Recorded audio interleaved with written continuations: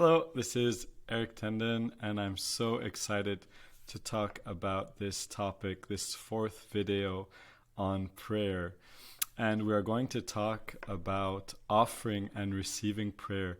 How prayer is not only something that we say or do, but is something that we ask for in all humility. So just before we dive into the topic, I'd like to remind us of the 4 pillars of prayer as I define them, and they've been super helpful for me in my life to understand the different aspects of prayer and then to grow in each and every one of them, to focus on them and see how I can grow in them. So the first one is this dialogue that we have with God, with this coffee, this conversation that we're having. It's constant, it's inner. It goes also with speaking in tongues if you have it. If not, you can ask it to God who loves to give, or ask a brother to help you in that process. Prayer lists are super important too. Having the discipline, the focus, rejoicing, celebrating, hard topic, easy topics, long-term, short-term. And then we have pillar 4, which is like group prayer, praying as a group, praying together, having a focus, being biblical, something powerful, where we all go together with like this battling ram. And the pillar I'd like to talk about today is offering and receiving prayer. I find it, as a man of prayer, I like to say I used to pray a few prayers. Now I have a lifestyle of prayer. I think it's important for me to ask for prayer and to offer prayer. So I ask for prayer because I need it.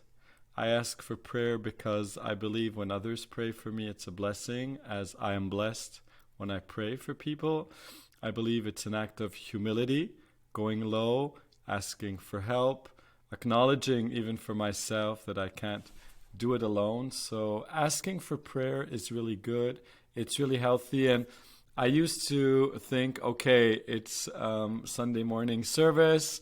We can pray during that service. And when the service is over, we move on to more stuff. And so prayer was not as much included in the after service, at home, in the street, with people. So really having a commitment when I have a meal with people, I want to pray at the beginning or at the end, or if I had an encounter with people, a connection, finishing with praying.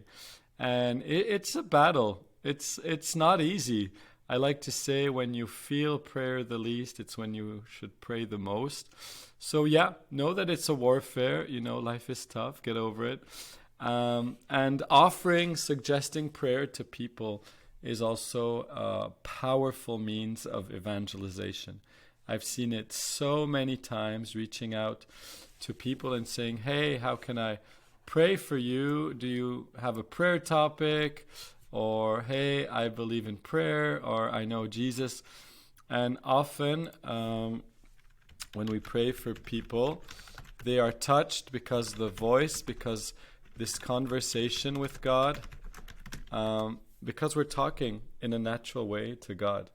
And people have been used to a lot of religion, a lot of talking about God, but not actually encountering Him.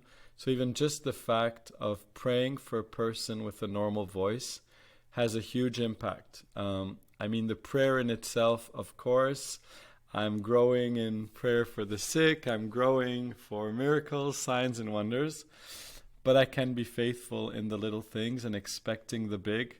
But definitely when I start praying for people and I ask, can I put my hand on your shoulder? There's this physical contact or not, being very respectful.